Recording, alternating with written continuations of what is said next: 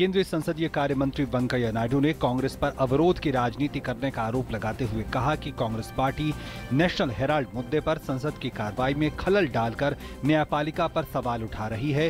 वहीं कांग्रेस नेता मल्लिकार्जुन खड़गे ने संसद के अंदर कांग्रेस द्वारा विरोध करने का बचाव करते हुए कहा कि सरकार भ्रष्टाचार से संबंधित मामलों में दोहरा रवैया अपना रही है।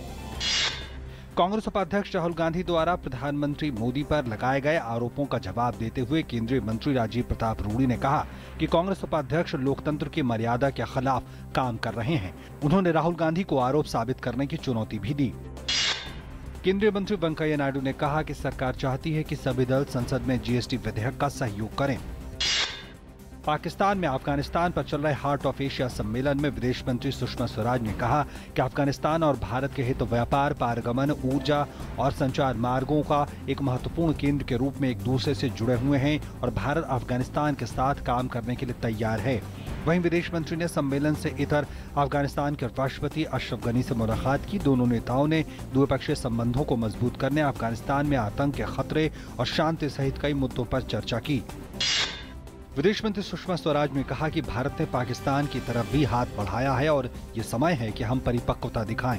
उन्होंने कहा कि यह हमारी सामूहिक जिम्मेदारी है कि हम उग्रवाद और आतंकवाद को खत्म करें।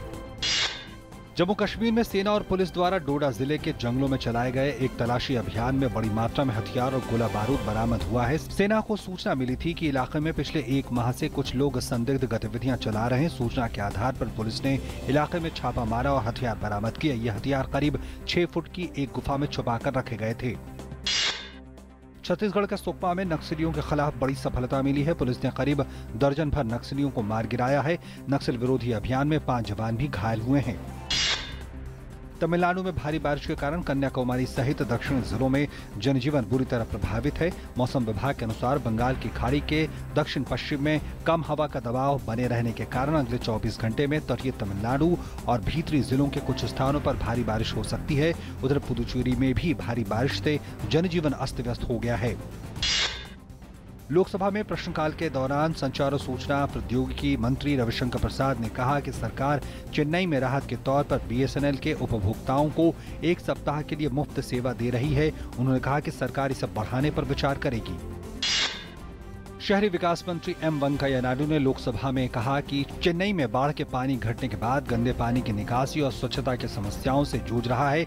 उन्होंने कहा कि स्थानीय प्रशासन इसके लिए प्रयासरत है और केंद्र ने इसके लिए हर संभव मदद का आश्वासन दिया है। भारतीय रेल सुरक्षा निदेशालय द्वारा अंतर्राष्ट्रीय रेल संघ के सहयोग से आज राजधानी दिल्ली में 11वीं UIC विश्व सुरक्षा कांग्रेस का आयोजन किया जा रहा है। 2 दिवसीय सम्मेलन में अंतर्राष्ट्रीय रेल संघ, भारतीय रेलवे और भारतीय पुलिस और सुरक्षा एजेंसियों के प्रतिनिधियों के अलावा विभिन्न देशों की रेलवे प्रणालियों के सुरक्षा प्रमुख भाग ले रहे हैं। प्रधानमंत्री नरेंद्र मोदी ने कांग्रेस अध्यक्ष सोनिया गांधी को ट्वीट करके उनके 69वें जन्मदिन पर बधाई दी है। प्रधानमंत्री ने लिखा है कि कांग्रेस अध्यक्ष सोनिया गांधी को उनके जन्मदिन पर बधाई। ईश्वर उन्हें दीर्घायु और अच्छा स्वास्थ्य प्रदान करे। पेरिस जलवायु सम्मेलन में भारत ने विकसित देशों के रुख पर निराशा जताई है। पर्यावरण मंत्री प्रकाश जावड़ेकर ने कहा है कि विकसित देश जरूरी सहयोग नहीं कर रहे हैं और वादा पूरा करने से पीछे हट रहे हैं। छोटे प्रायद्वीपीय देशों ने धरती के तापमान को 2 डिग्री के बजाय 1.5 डिग्री तक सीमित रखने पर जोर दिया है। पिछले दिनों तुर्की द्वारा मार गिराए गए रूस के लड़ाकू विमान का ब्लैक बॉक्स सीरिया में मिल गया है। रूसी राष्ट्रपति पुतिन ने कहा है कि सच्चाई जानने के लिए ब्लैक बॉक्स अंतर्राष्ट्रीय विशेषज्ञों की उपस्थिति में खोला जाएगा। पिछले महीने वायु सीमा उल्लंघन के मुद्दे पर तुर्की ने रूसी विमान मार गिराया था। बैडमिंटन में साइना नेहवाल और के श्रीकांत आज दुबई में विश्व सुपर सीरीज फाइनल्स में अभियान की शुरुआत करेंगे।